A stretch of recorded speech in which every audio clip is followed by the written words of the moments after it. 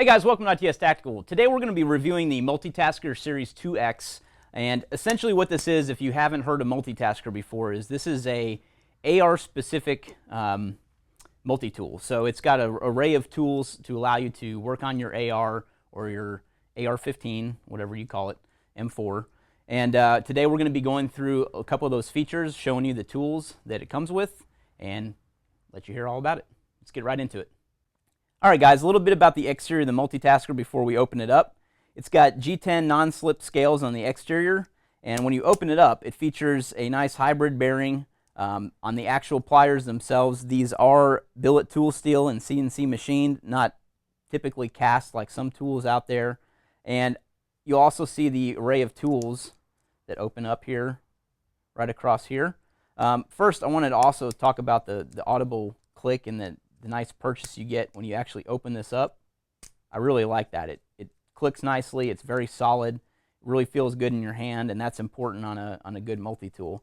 But as I said, this is very AR specific, so you've got an array of tools here to allow you to work on your AR. And if anyone carries around a big AR parts bin or a case like I do with tons of stuff in it all the time, this is great for when you don't have that available. You can do a lot of the AR maintenance that you need to do on your rifle with just the tools that the Multitasker offers. So it also gives you a way to carry some of the Otis tools and some of the other things you need for cleaning along with the Multitasker, which we'll get into, that makes it really, you're really able to carry a nice compact package rather than a lot of cleaning tools.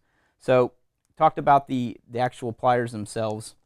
Let's get into the tools a little bit. So first off, you have a little Tonto knife here that's made out of 440 stainless steel, and it's got a liner lock, which is nice.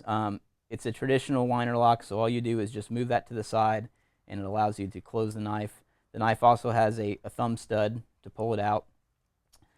So after the knife, you've got basically a LaRue accessory wrench. So what that's for is, commonly with LaRue mounts, if you're familiar with them, they've got this nut on them right here, and that can come loose or what have you. You may need to tighten it, but what that does on the LaRue mounts is vary the tension that you get when you actually close the lever. So you can take that wrench and actually I need to reverse it. So that's important too. You don't want to try to turn in the direction the tool closes.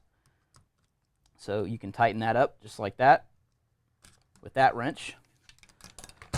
So then, moving on, we've got a file.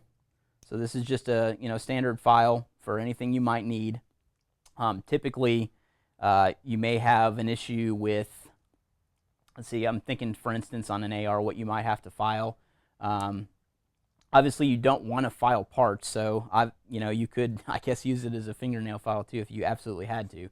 But I have seen things like on AKs where you do have to file down a little bit of something on particularly aftermarket AKs and AKs that come from different countries. Sometimes the magazines don't always fit well within AKs, so that might be something you might need a file for. But the end of the file is actually a flathead screwdriver, which is nice too.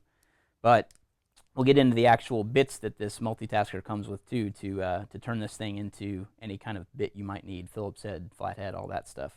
So next on the list is a spanner wrench for the M4 to adjust your castle nut. So again, this is made for quick adjustments if you have a loose castle nut. This isn't made to break a staking like you'll see here on this castle nut. So if I was going to loosen this castle nut, I wouldn't want to do it particularly with this tool. I'd want to use the right tool for the job, which is a traditional castle nut wrench that can actually break that. But anyway, it's for adjusting, so you can just tighten it quickly on the go with that spanner wrench attachment on the Multitasker. The next tool here we've got on the opposite side. One thing I'd like to mention too is you can see on this opposite side how it's got these little finger grooves cut out here for you to actually pull up the tools. One kind of critique I have of the 2X is that it would be nice to have those finger grooves on this side too to be able to pull up those individual tools as needed. Right now you kind of either have to finagle your finger in there or open up something like this and then get that tool out. So it'd be nice to have those same things on there.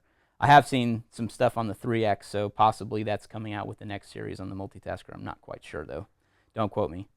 So Next on the list of tools here, you've got a carbon scraper. So this is good for actually scraping carbon. So let me remove the bolt here from this bolt carrier group.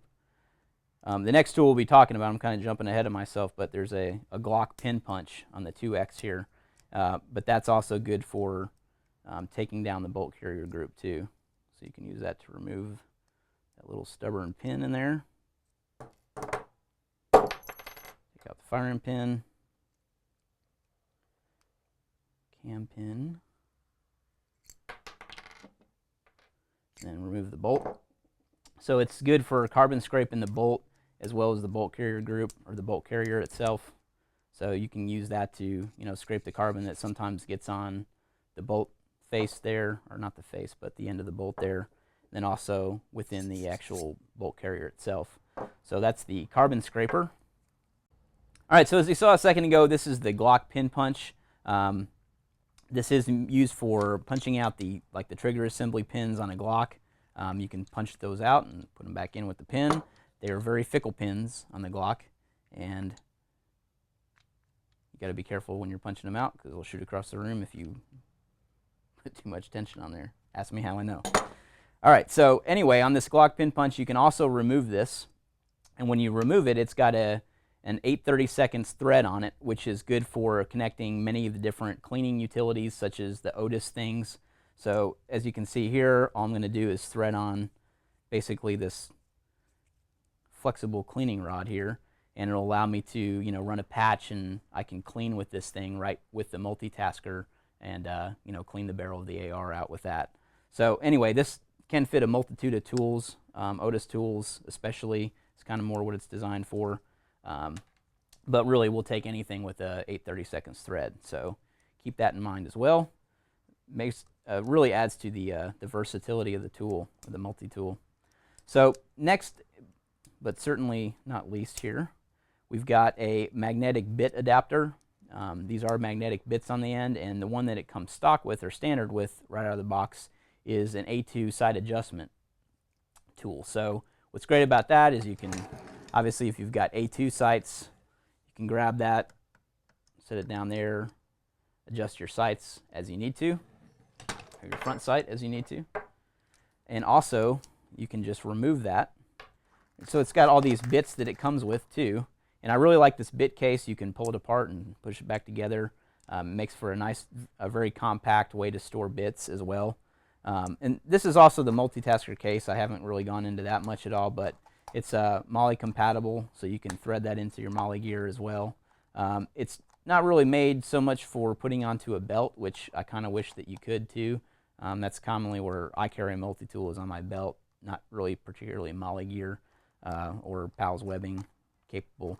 So anyhow, it's a nice case. It's made well, but I would definitely like to see something with a belt adapter on it rather than the MOLLE. But obviously that depends on your situation as well too. So anyway, you can connect any of these bits to it. You know, you can put a Phillips head on it or what have you, and they're magnetic, so they seat in there and pop in there really nice. So that is essentially all the tools that are available on the Multitasker 2X. It's also got a small lanyard loop here too, if you need to lanyard this in or dummy cord it in so you don't be a dummy and lose it. But that's really it for the Multitasker 2X. If you have any questions, be sure to leave them in the comments. One thing to mention too is that it does have a limited lifetime warranty, so if anything screws up on it, I'm sure Multitasker will take care of you. Thanks for watching, and let us know if you have any questions.